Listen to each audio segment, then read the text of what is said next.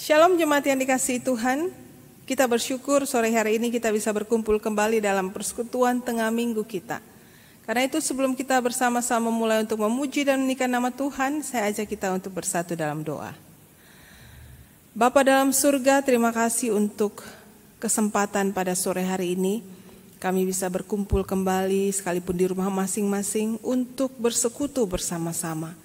Kami rindu melalui persekutuan ini kami bisa meninggikan akan nama Tuhan dan memuliakan nama Tuhan lewat puji-pujian kami. Kami rindu firman Tuhan yang akan kami dengarkan nanti juga bisa menjadi bagian dalam kehidupan kami. Di dalam nama Tuhan Yesus kami berdoa. Amin.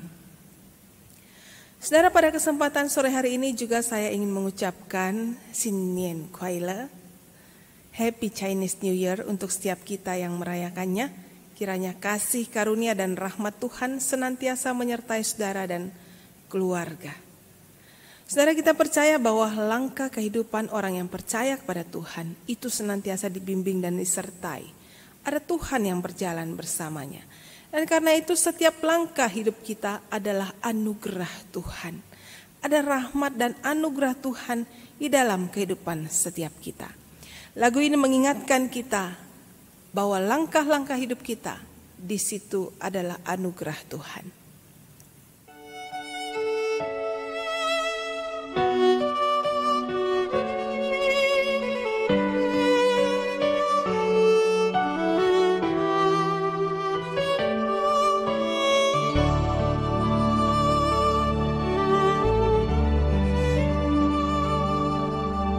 Kaulah Tuhanku, penuntun hidupku. Di gunung, di lembah, menyertai selalu. Di lautan manusia, kau mengenaliku. Janjimu tak berubah, berkat-Mu di hidupku. Setiap langkahku ada anugerah-Mu, tangan kasih-Mu pandu di hidupku. Setiap langkahku ada pengharapan, tangan kasih-Mu tuntun sepanjang hidupku.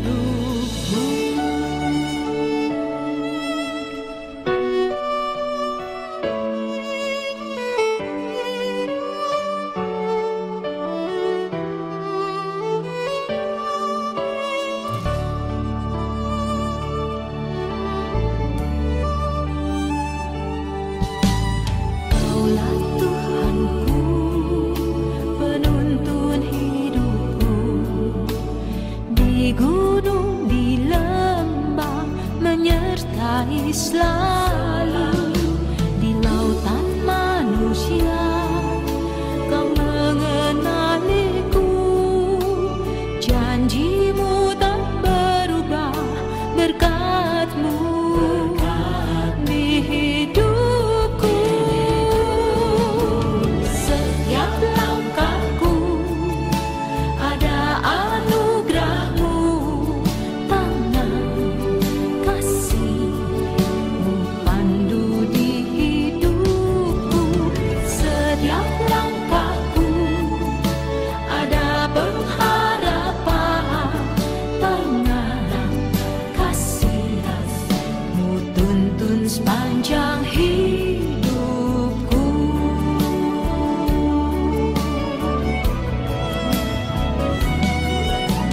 Kaulah Tuhanku, penuntun hidupku. Di gunung, di lembah, menyertai selalu. Di lautan manusia, kau mengenaliku. Janjimu tak berubah, berkat-Mu di hidupku. Setiap langkahku ada anugerah-Mu, tangan kasih-Mu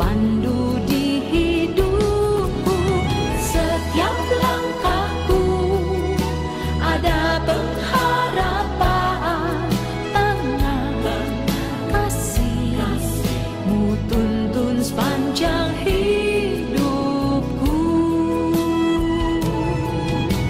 Setiap langkahku ada anugerah-Mu, tangan kasih-Mu pandu di hidupku.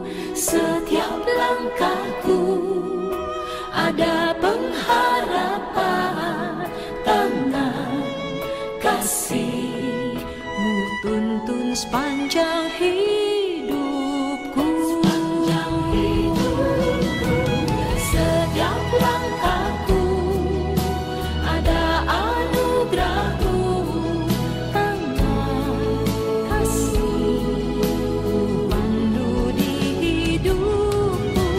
Setiap langkahku ada pengharapan, tangan kasih-Mu tuntun sepanjang hidupku. Sepanjang hidupku, tuntun sepanjang hidupku.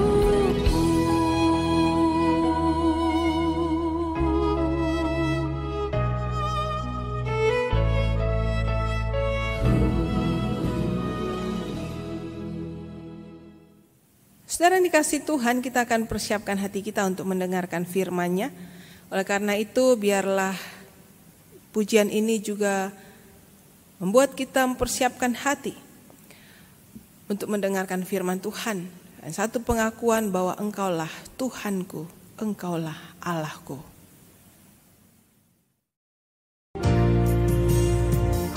Berharap kepadamu, Kau perlindungan dan kekuatanku. Ku berdoa kepadamu, Kau tandu keselamatanku. Kaulah Tuhanku, Kaulah Rajaku, Kaulah benteng dan perisaiku. Hatiku rindu menyenangkan-Mu, ku sembah sujud kepadamu.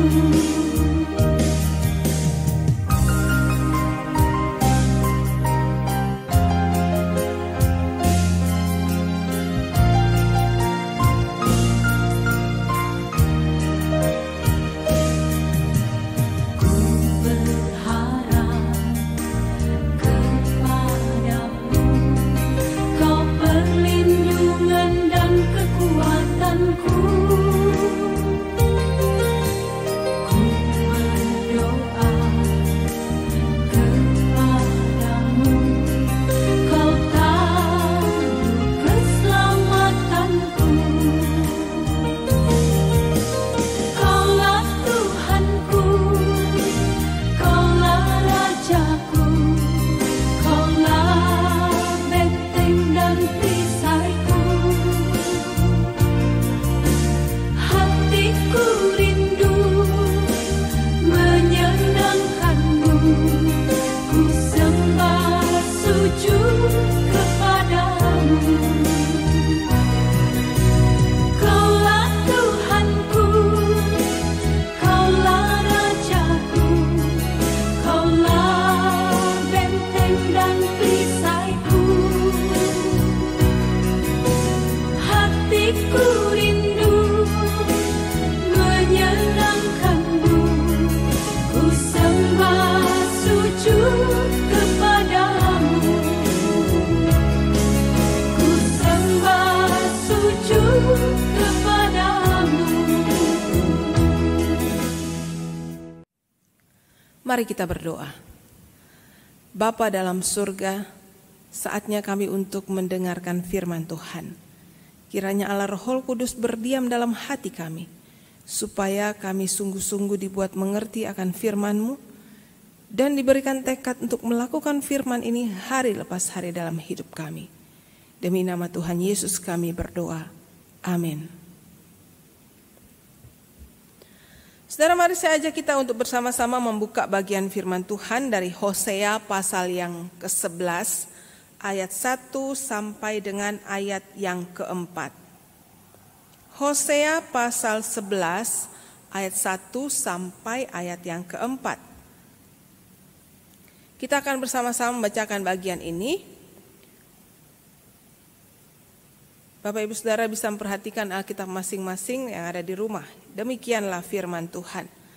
Ketika Israel masih muda, kukasihi dia. Dan dari Mesir kupanggil anakku itu. Makin kupanggil mereka.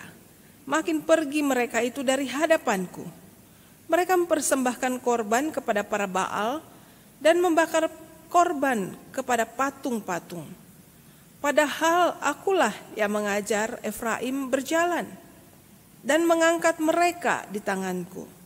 Tetapi mereka tidak mau insaf bahwa aku menyembuhkan mereka. Ayat yang ke-4. Aku menarik mereka dengan tali kesetiaan, dengan ikatan kasih. Bagi mereka aku seperti orang yang mengangkat kuk dari tulang rahang mereka. Aku membungkuk kepada mereka untuk memberi mereka makan. Saudara, tema kita sore hari ini adalah lupa diri. Tentunya bukan ajak kita untuk lupa diri, tapi justru bermawas diri supaya tidak menjadi orang-orang yang lupa diri. Ada satu pepatah yang mengatakan seperti kacang lupa kulitnya.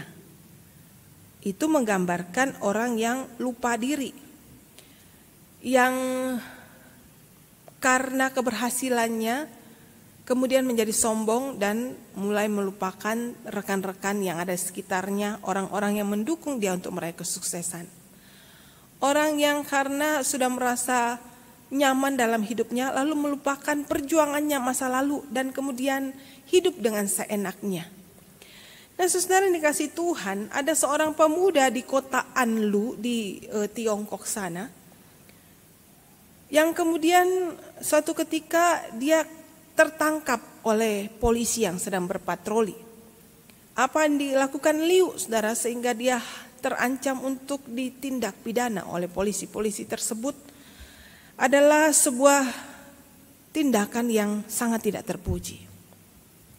Jadi waktu Liu dan keluarganya itu sedang berkendara untuk pergi piknik mereka, kemudian polisi patroli itu seperti biasa melakukan tugasnya, periksa-periksa mobil yang lewat. Tiba untuk memeriksa mobil Liu, mungkin di perbatasan kota, saudara. Polisi itu membuka bagasi mobil bagian belakang dan di situ kedapatan seorang ibu yang sudah lansia, sudah lanjut usia. Sedang duduk dengan kaki selonjor dan pundaknya itu menyandar di samping mobil dan kelihatan sangat tidak nyaman. Saudara bisa bayangin, bagasi belakang mobil yang sempit itu, di situ ibu itu duduk. Dan ibu itu adalah ibu daripada Liu ini. Ditanya polisi, saudara, kenapa kamu biarkan ibumu duduk di belakang?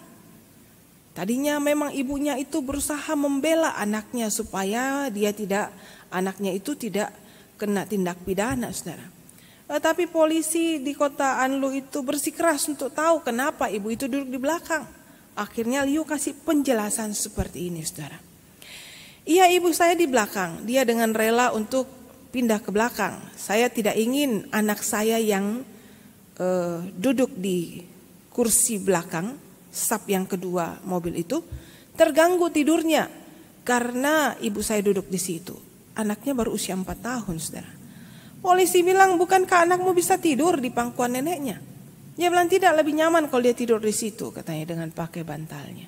Maka saya minta ibu saya untuk duduk di belakang. Saudara, satu tindakan yang sangat tidak terpuji. Apalagi setelah diusut punya usut, ternyata mobil yang Liu pakai bersama keluarganya itu adalah mobil hasil dari uang pensiunan ibunya. Jadi ibunya karena mengasihi anaknya dan cucunya, berkata, daripada kalian naik kendaraan umum, baiklah pakai uang pensiunannya itu untuk beli sebuah mobil supaya keluarganya ketika mau bepergian punya mobil keluarga. Satu tindakan yang sangat tidak terpuji. Dan itu dilakukan oleh seorang anak yang lupa diri dan saya tambahkan tidak tahu diri, saudara. Ibu yang begitu mengasihi dia, tapi dia tega suruh duduk di bagasi belakang mobilnya. Anak yang sudah dijaga, disayang-sayang dari kecil, tapi malah membalasnya dengan tindakan yang sangat tidak terpuji. Dan saya harap itu tidak dilakukan oleh setiap anak-anak Tuhan. Orang tua adalah sosok yang harus kita hormati dan kita sayangi. Nah, saudara dikasih Tuhan, Israel, umat pilihan Tuhan juga demikian. Mereka ibarat anak yang sangat dikasihi oleh Tuhan, bangsa pilihan Tuhan. Bahkan di dalam ayat 3 dan 4 di situ Tuhan menggambarkan dirinya sebagai seorang ayah yang sudah mengajar Efraim, yaitu untuk berjalan,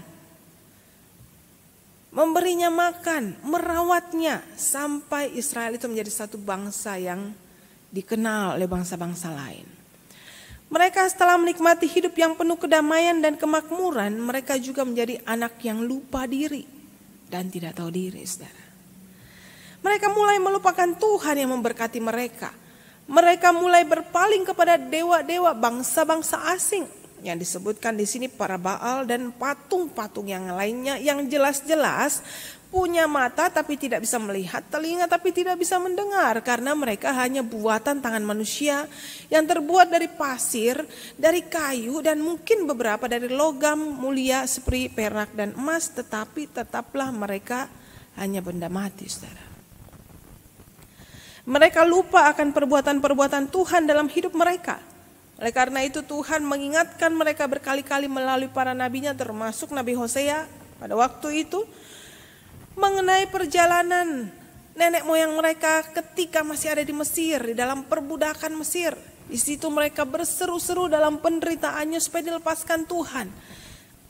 Dan bagaimana Tuhan mengeluarkan mereka dari Mesir dengan mujizat-mujizat yang luar biasa, yang belum pernah terjadi sepanjang segala zaman dan abad. Tuhan Allah bahkan dikatakan sebagai menggambarkan dirinya, dikatakan sebagai Bapa yang mengasihi anak-anaknya. Di dalam ayat 3 dan 4 di situ, mengajar berjalan, mengangkat mereka dan menyembuhkan luka-luka mereka. Namun semua itu mereka anggap biasa dan wajar. Nah, ini yang harus diwaspadai, saudara. Biasa dan wajar, dianggap biasa dan wajar itu awal mula orang bisa lupa diri. Semua orang juga melakukannya kok. Ya wajarlah kalau orang tua merawat anaknya, mengasihi anaknya. Mengenai bagaimana anak itu membalas kasih sayang orang tua itu hal yang berbeda. Apa dia akan balas atau tidak balas? Ya memang kasih orang tua itu sepanjang zaman tidak menuntut balas, tapi sebagai anak yang tahu diri harusnya berbakti kepada orang tua. Israel juga seharusnya sebagai anak yang tahu diri berbakti kepada Allahnya. Tetapi mereka anggap itu biasa. Saya umat pilihan Tuhan, seharusnya sudah selayaknya Tuhan berkati saya. Saudara, hati-hati kalau anugerah dan kasih Tuhan engkau anggap biasa dalam hidupmu. Itulah awal mula di mana kita akan jatuh dalam dosa lupa diri. Kenapa saya bilang lupa diri itu dosa, saudara? Karena lupa diri itu buat kita lupa Tuhan dan berpaling dari Tuhan. Iya, aku tahu keselamatan itu dari Allah. Apa yang aku miliki itu dari Allah. Tapi ini masalah kesenanganku. Apa enggak boleh saya pakai waktuku untuk kesenanganku? Suatu hal yang membuat saya senang. Apa saya enggak boleh menikmati kesenanganku barang sekejap saja? Padahal kita tahu mungkin hobi kita, kesenangan kita itu tidak berkenan di hadapan Tuhan. Apalagi kalau hobinya dugem, ya, hobinya itu keluyuran dan lain sebagainya yang tidak jelas arah. Lalu orang-orang yang berkata seperti ini, enggak apa-apalah, wajarlah sesekali saya pakai untuk kesenangan saya. Hari Minggu ke gereja, tapi ini saya senang ini. Ya, saya akan hangout sebentar, ya nanti bolehlah ibadah online, kalau lupa hari ini besok juga enggak apa-apa. Lalu mulai jerumuskan dirinya dalam dosa, saudara. Semua orang juga melakukan hal yang sama kok. Tidak apa-apa. Saya tetap ke gereja kok, tapi yang saya lakukan ini hanya masalah tradisi aja. Ya. Nah, saudara, tradisi itu tidak semua buruk, tapi kita harus pilah-pilah tradisi mana yang bisa kita ikuti dan tradisi mana yang bertentangan dengan iman saya sebagai anak Tuhan. Oh, saudara, jangan pernah bermain-main dengan anugerah Tuhan. Orang Israel saat itu, zaman itu merasa terlalu percaya diri dengan status mereka sebagai anak Tuhan. Mereka hidup diberkati, sangat berkecukupan, tetapi mereka kehilangan kasih terhadap sesamanya, terhadap saudaranya.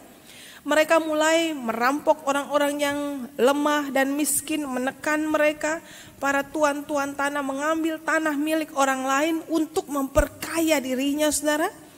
Dan kemudian tidak peduli lagi dengan situasi dan penderitaan orang lain. Dan mereka berpikir, jadi orang Israel itu punya satu konsep pemahaman, bahwa hanya orang yang menderita hidupnya, mereka itulah gambaran daripada, atau mereka itulah orang yang dicap, bukan cuma gambaran, dicap sebagai orang yang kena hukuman Tuhan, kutukan Tuhan. Jadi kalau hidup kamu menderita, sakit-sakitan, penuh pergumulan, kamu itu orang yang dikutuk Tuhan, tidak diberkati Tuhan. Tapi kalau hidup saya diberkati Tuhan, segala sesuatunya tercukupi, bahkan sangat berkelimpahan, itulah orang yang dicap sebagai orang yang diberkati oleh Tuhan. Anak Tuhan yang sejati, bangsa pilihan Tuhan yang sejati. Karena itu tidak mungkin orang yang kaya hidupnya yang diberkati Tuhan. Menurut orang Israel itu akan dihukum Tuhan. Mereka orang yang disayang Tuhan kok. Sehingga ketika para nabi datang kepada tuan-tuan tanah yang memeras itu, kepada orang-orang bangsawan yang memeras orang miskin itu dan mengatakan bertobat kamu dari dosa-dosamu, mereka berkata, no, saya masih aman-aman saja hidupnya. Saya masih sejahtera hidupnya dan Tuhan masih ada di pihak saya. Mereka yang sakit, yang miskin dan papa, itulah yang harus bertobat dari dosanya supaya dipulihkan Tuhan. Dan saudara dikasihi Tuhan, orang Israel di dalam kondisinya yang makmur dan sejahtera itu merasa sangat diberkati Tuhan, sangat oke, sangat biasa-biasa saja. Lagi pula mereka berkata, kita masih ke bait Allah.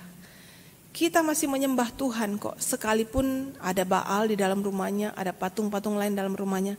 Kita masih ke rumah Tuhan, membawa korban-korban persembahan kita buat Tuhan. Jadi saudara, mereka berusaha merasionalkan dosa-dosanya, menutupi dosa-dosa mereka dengan ibadah yang kosong dan juga korban yang sia-sia.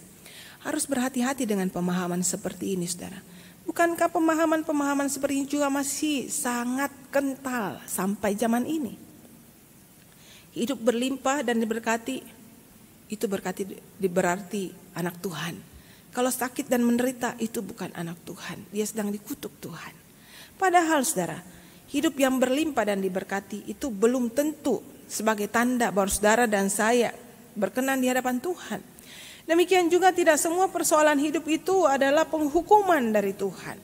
Yang perlu kita lakukan adalah introspeksi diri, supaya kita nggak jadi lupa diri, saudara. Tidak mengekskuse segala sesuatu dan merasionalkan dosa-dosa kita. Introspeksi diri kita, apakah saya sudah menghargai anugerah Tuhan dengan hidup seturut dengan firman-Nya setiap hari? Apakah saya memiliki kasih terhadap sesama saya, tidak merugikan orang lain demi kepentingan saya? Tidak kemudian memperhatikan orang lain untuk supaya saya itu sejahtera dan makmur adanya. Dan saudara, dan tidak mengkhianati kesetiaan Tuhan dengan berpaling kepada yang lain. Itu yang harus kita waspadai dalam hidup kita. Saya jadi bertanya-tanya nih saudara. Tadi kita tahu bahwa bangsa Israel saat itu adalah satu bangsa yang makmur, sejahtera hidupnya, diberkati Tuhan. Tapi toh kenapa di dalam kondisi yang makmur dan sejahtera ini mereka tetap mencari dewa-dewa lain untuk mereka sembah?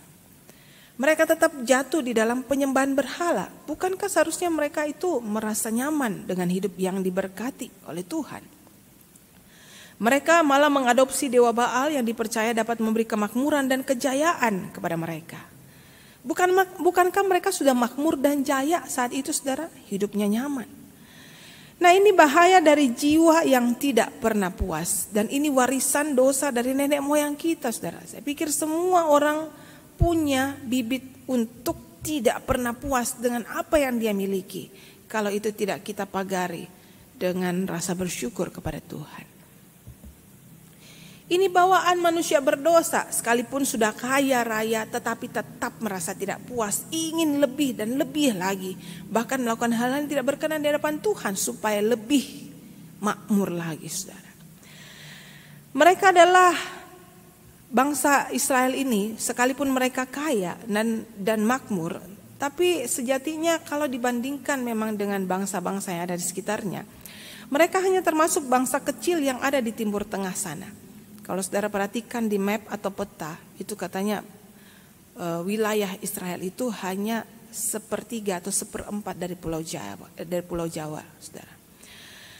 Lalu kemudian bangsa yang kecil ini yang diangkat Tuhan menjadi umat pilihannya, diberkati Tuhan, mulai memandang bangsa-bangsa sekitarnya. Memang kita diberkati Tuhan ya, tapi kenapa bangsa Babel yang tidak kenal Tuhan, tidak takut Tuhan, justru lebih besar dari kita? Wah, bangsa Babel waktu itu sangat-sangat besar dan makmur, saudara. Mereka juga termasuk bangsa yang kuat dan pandai.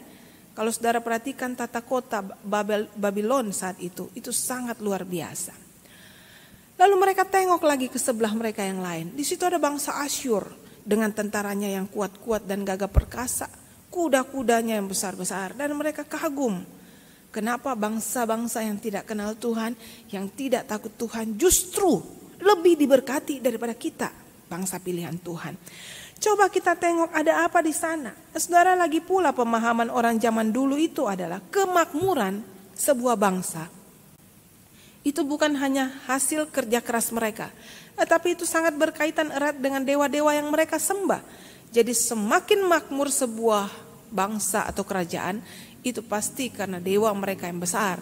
Dan Israel terjebak dalam konsep seperti itu, saudara. Itu berarti pemikiran mereka, Allah kita kalah besar dibandingkan Allahnya orang Babel dan Asyur. Maka mereka mulai cari-cari tahu siapa yang disembah bangsa Babel dan Asyur itu. Lalu mereka mulai adopsi dewa Baal dan patung-patung yang lainnya, saudara. Mereka mulai menduakan Tuhan. Orang yang lupa diri pasti tidak akan pernah puas dengan dirinya, dengan apa yang dimilikinya. Dia selalu ingin lebih dan lebih lagi. Padahal berkat Tuhan itu tidak pernah kurang dan juga tidak berlebih dalam hidup kita. Tetapi cukup untuk kita nikmati setiap hari. Supaya apa? Supaya kita tahu bergantung kepada Tuhan. Supaya kita tahu bersyukur atas berkat Tuhan. Amsal 30 ayat 8 dan 9 berkata demikian. Jangan berikan kepadaku kemiskinan atau kekayaan. Biarkan aku menikmati makanan yang menjadi bagianku. Supaya kalau aku kenyang, aku tidak menyangkalmu. Dan berkata, siapa Tuhan itu? Atau kalau aku miskin, aku mencuri dan mencemarkan nama Allahku. Saudara, berkat Tuhan itu harusnya kita pakai dengan bertanggung jawab. Belajar bersyukur atas berkat yang kita terima dan belajar peduli kepada sekitar kita, berbagi kepada sekitar kita. Lupa diri membuat orang jatuh dalam dosa ketamakan dan ketidakpedulian. Karena itu belajarlah bersyukur kepada Tuhan dan belajarlah peduli kepada sekitar kita. Tuhan Yesus memberkati.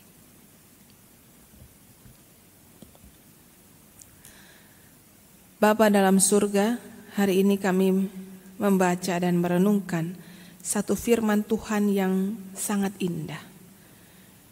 Di mana Engkau menyatakan kasih-Mu kepada bangsa pilihan-Mu, kepada umat pilihan-Mu Israel. Bahwa sekalipun mereka jatuh ke dalam dosa, Tuhanlah yang mencari mereka.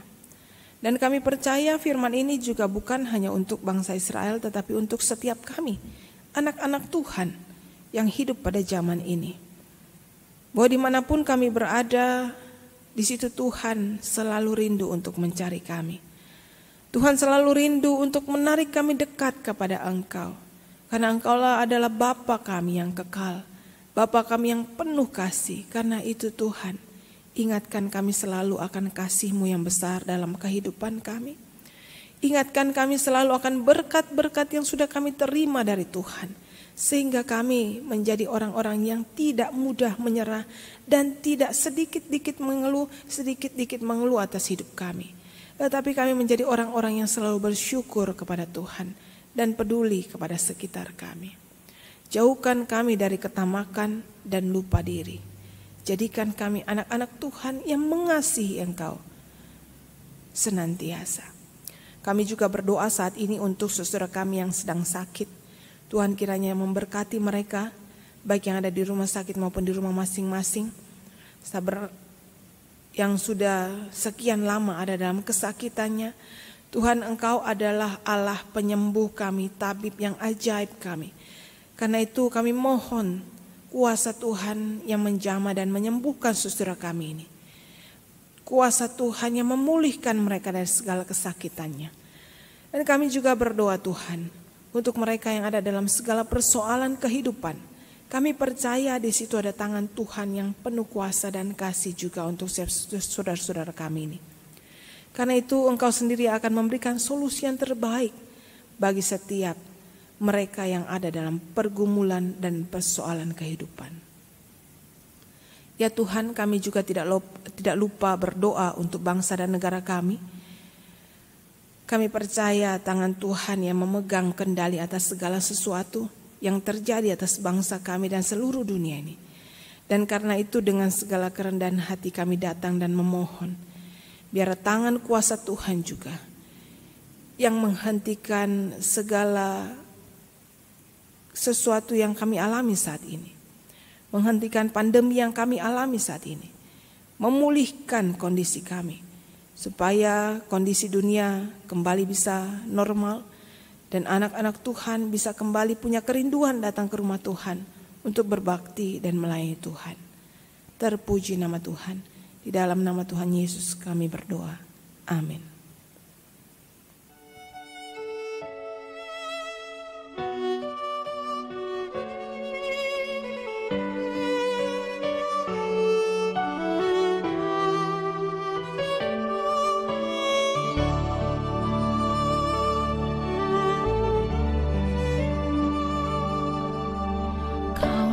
Tuhanku, penuntun hidupku, di gunung di lembah menyertai selalu, di lautan manusia Kau mengenaliku, janjimu tak berubah, berkat-Mu di hidupku. Setiap langkahku ada anugerah-Mu, tangan kasih-Mu pandu di hidupku. Setiap langkahku ada pengharapan, tangan kasih-Mu tuntun sepanjang hidupku.